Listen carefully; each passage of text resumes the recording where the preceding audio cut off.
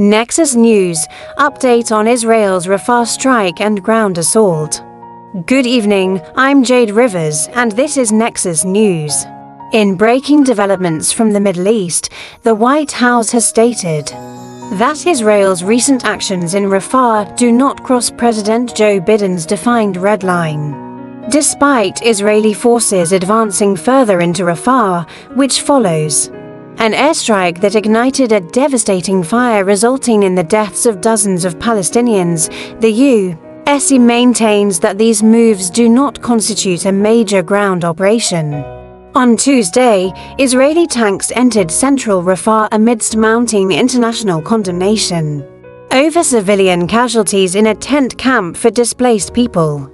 Concurrently, U.S. aid deliveries to Gaza were halted due to damage to the temporary pier used for shipments. Israel's national security advisor also indicated that the conflict is likely to persist through the end of the year. John Kirby, the spokesperson for the U.S. National Security Council, emphasized that the U.S. is not overlooking Israel's actions in Rafah, from which about 1 million Palestinians have fled recently. He reassured that the Biden administration does not consider the current Israeli operations to be a significant ground offensive that would breach Biden's warnings and potentially trigger a halt in U.S. weapons supplies. Kirby defined a major ground operation as involving thousands of troops in a coordinated effort targeting multiple objectives. A U.S. official echoed this, suggesting that the deadly strike was likely an airstrike that went terribly wrong rather than a deliberate ground assault on Rafah. President Biden previously stated that a full-scale invasion of Rafah by Israeli forces would result in the U.S. withholding specific military support. Kirby clarified that, based on Israeli reports, their tanks are maneuvering along the Philadelphia corridor, a strategic area on the Egypt-Gaza border, and not within Rafah's central area.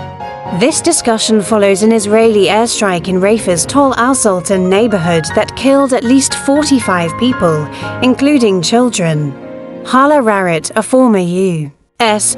diplomat who resigned in protest of Washington's policies, criticized the Biden administration for trying to redefine what constitutes a red line, emphasizing the need to prevent mass civilian casualties regardless of the method of attack.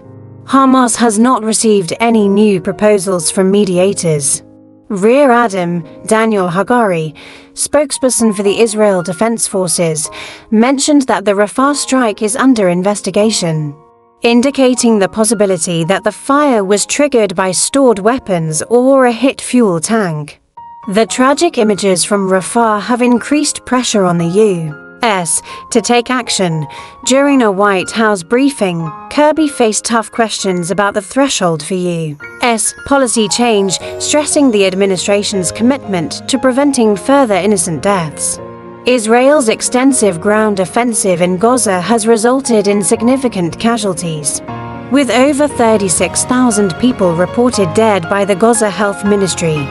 This offensive follows the October 7th attacks by Hamas, which killed around 1,200 people and led to the abduction of about 250 others, with approximately 125 still believed to be held in Gaza. Israeli National Security Advisor Tzochi Hanegbi stated that the conflict is expected to continue for several more months, as Israel aims to dismantle Hamas's military and governmental structures. President Biden's red line warning recalls former President Barack Obama's similar stance on chemical weapons use in Syria in 2012, which critics argue was not enforced effectively. Stay tuned to Nexus News for further updates on this developing story.